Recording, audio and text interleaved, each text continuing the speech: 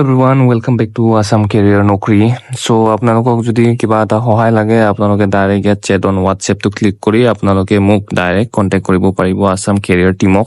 আৰু আপোনালোকে এনি সহায় এপ্লিকেশন কৰা বা এপ্লাই কৰি দিয়া সব সহায় আপোনালোকে ইয়াত এপ্লাই কৰিলে পাৰিব ঠিক আছে ক্লিক কৰাৰ পিছত সো বলক আৰম্ভ কৰো আজিৰ জব হল দুটা job post second job post বহুত ধুনিয়া জব হয় এটো আপোনালোকে লাষ্টত চাব এটো এটা সিক্ৰেট হল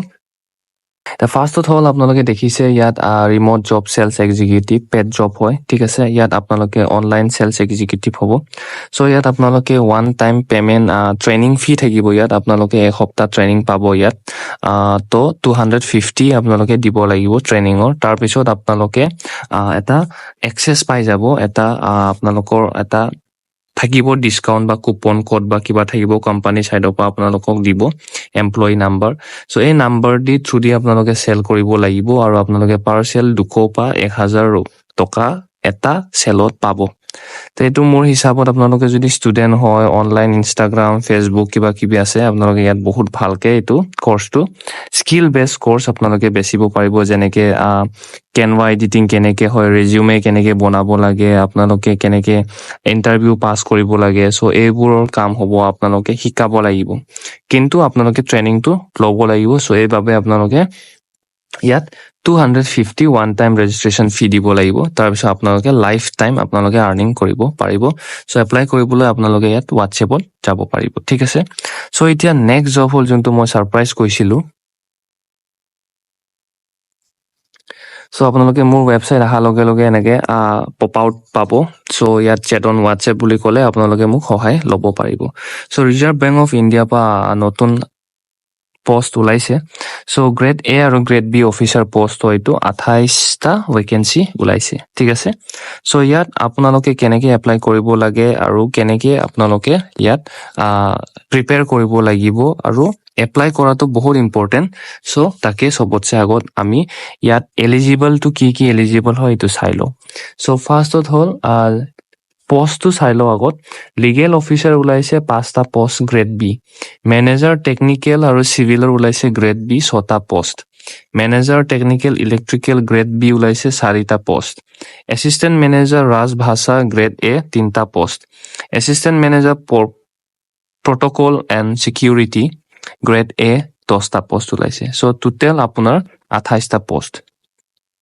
সো ইয়াত কোনে এপ্লাই কৰিব পাৰিব আবেদন কৰিব পাৰিব সো ইয়াত জুনে ফৰ এক্সাম্পল ইয়াত লিগেল অফিচাৰ আছে লিগেল অফিচাৰ পোষ্টৰ কাৰণে আপোনালোকে ল ডিগ্ৰী কৰিব লাগিব প্লাস 2 বছৰৰ লিগেল এক্সপেৰিয়েন্স থাকিব লাগিব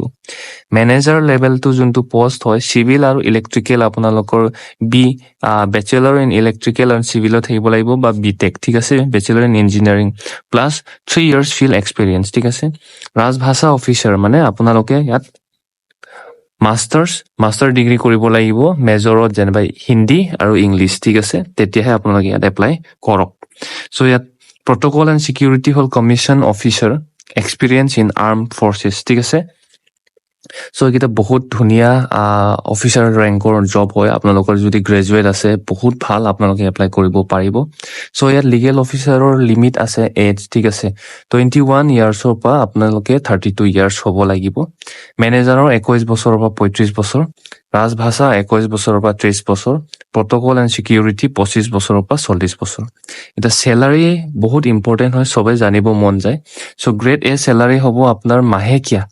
1,22,000 মাহেকীয়া পাব এপ্ৰক্সিমেটলি এক্সাক্ট নহব পাৰে 1-2,000 কম হ'ব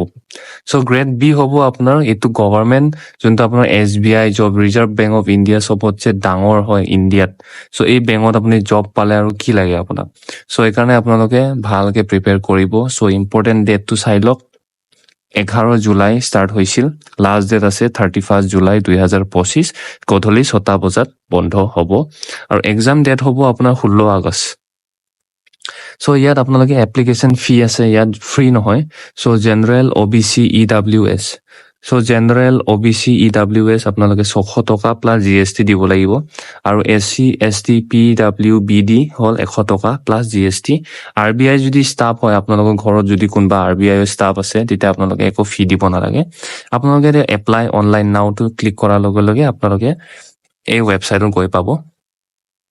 তো কেনেকৈ এপ্লাই কৰিব লাগে আপোনালোকক মই শিকাই দিওঁ সো গাইজ আপোনালোকে ইয়াত এপ্লাই কৰিবলৈ কি কৰিব লাগিব লেট আলছ ন ইয়াত কেৰিয়াৰটো হোৱাট ডাজ ইয়ৰ কেৰিয়াৰ ইয়াত আমি ক্লিক কৰিব লাগিব ঠিক আছে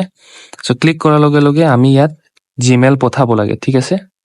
ইয়াত আমি জিমেইল পঠাব লাগিব কোনটো এই ফৰ্মটো ফিল আপ কৰি পিনে ঠিক আছে এতিয়া মই দেখাই দিওঁ কোনটো ফৰ্মটো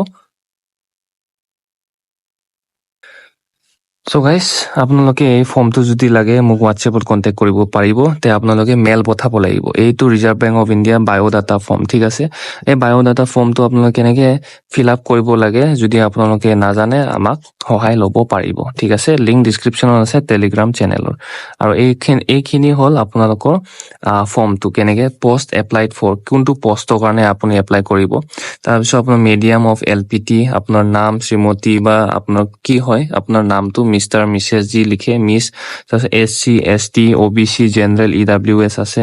চ' ইয়াত আপোনালোকে যদি ডিচেবিলিটি আছে কিবা কিবি বেমাৰ আছে এইবিলাক চাব লাগিব চ' ইয়াত মই শ্বৰ্টলি কৈ আছোঁ আপোনালোকক যদি ভালকৈ সহায় লাগে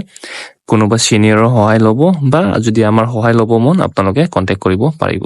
চ' আজিৰ কাৰণে ইমানখিনি আছিল আৰু পুনৰ নতুন জব আপডেট লৈ আনিম চ' আছাম কেৰিয়াৰ নকৰি ছাবস্ক্ৰাইব কৰি ল'ব বাই বাই টেক কেয়াৰ